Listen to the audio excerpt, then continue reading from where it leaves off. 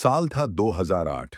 उत्तर प्रदेश के एक छोटे से कस्बे में स्थित सरस्वती माध्यमिक विद्यालय की छठी कक्षा में दाखिला लेने आई थी एक नई छात्रा, निवि शर्मा। चेहरे पर आत्मविश्वास, आंखों में सपने और बातों में कुछ अलग ही तेज था। पहले ही दिन उसने विज्ञान की कक्षा में टीचर से इतने सवाल पूछे कि पूरी क्लास हैरान रह गई। वहीं क्लास के एक कोने में बैठा था विनय मिश्रा, शांत, पढ़ाकू और थोड़ा संकोची लड़का, जो किताबों में ही अपनी दुनिया ढूंढता था। पहली मुलाकात निवि को विज्ञान प्रोजेक्ट के लिए साथी की जरूरत थी। शिक्षक ने उसका नाम विनय के साथ जोड़ दिया। शुरुआत में दोनों बिल्कुल अलग थे। निवि खुलकर बोलती, विनय सिर्फ सिर हिलाता। निवि को मंच पसंद था, विनय को कोने की बेंच। लेकिन धीरे धीरे इस प्रोजेक्ट ने एक नई दोस्ती को जन्म दिया। साथ चलने की शुरुआत जब प्रोजेक्ट में दोनों ने गांव में पानी की समस्या पर काम किया और स्कूल में पहला पुरस्कार जीता, तो उन्हें समझ में आया कि दो विपरीत सोच वाले लोग मिलकर भी कुछ बड़ा कर सकते हैं। निवि ने विनय को पहली बार भाषण देने के लिए मंच पर चढ़ाया।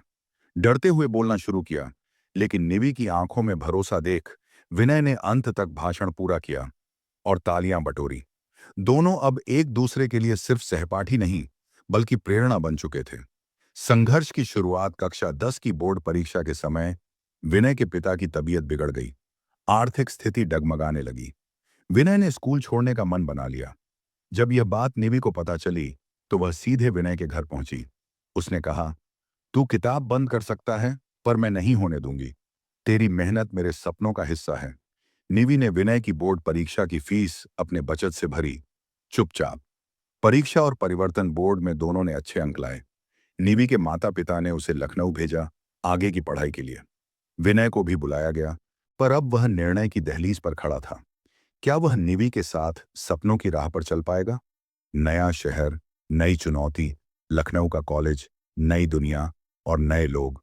लेकिन कुछ नहीं बदला था निवि और विनय के बीच। दोस्ती अब और गहरी हो चली थी। जहां निवि ने अंग्रेजी बोलना और डिबेट जीतना शुरू किया, वहीं विनय ने कोडिंग और टेक्नोलॉजी में अपनी पकड़ बना ली। लेकिन जिंदगी की राह इतनी सीधी कहाँ होती है। कॉलेज के दूसरे साल में विनय की मां की तबीयत बिगड़ी और उसे घर वापस लौटना पड़ा। खर्चों का बोझ फिर से सिर पर था। इस बार विनय ने निर्णय लिया कि वह पढ़ाई छोड़कर नौकरी करेगा। एक दोस्त की जिद निवि ने कहा, मैं आज जो कुछ भी हूं, उसमें तेरा हाथ है। अब अगर तू रुकेगा, तो मेरा सपना अधूरा रह जाएगा। उसने खुद पार्ट टाइम ट्यूशन शुरू की, कॉलेज में रिसर्च असिस्टेंट बनी और विनय की फीस, किताबें और रहने का खर्च उठाया। विनय झिझका, लेकिन इस बार वह जानता था, यह सिर्फ उसकी कहानी नहीं, उन दोनों की जिम्मेदारी थी। सफलता की उड़ान कॉलेज खत्म होते ही विनय को एक बड़ी टेक कंपनी में नौकरी मिली। निवि ने टीचिंग को चुना, क्योंकि उसे बच्चों के साथ काम करना पसंद था। 3 साल बाद दोनों ने एक साथ मिलकर एक सपना पूरा किया।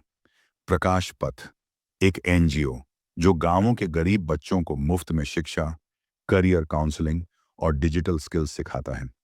पहला सेंटर उन्होंने अपने पुराने स्कूल के पास खोला, उसी सरस्वती विद्यालय में जहां से सब कुछ शुरू हुआ था। समाज को लौटाया गया प्यार धीरे धीरे प्रकाश पथ पूरे जिले में फैल गया। आज वहां से पढ़े सैकड़ों बच्चे डॉक्टर, इंजीनियर, शिक्षक और कलाकार बन रहे हैं। एक दिन स्कूल के वार्षिकोत्सव में मंच पर खड़े हुए निवि और विनय से एक बच्ची ने पूछा, क्या आप दोनों अब भी साथ हैं?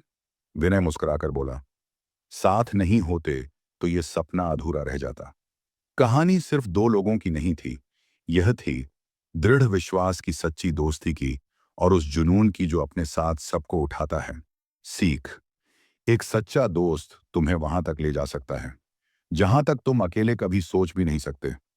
सपने अकेले नहीं, मिलकर पूरे होते हैं। संघर्ष चाहे जितना हो, साथ हो तो रास्ता निकल ही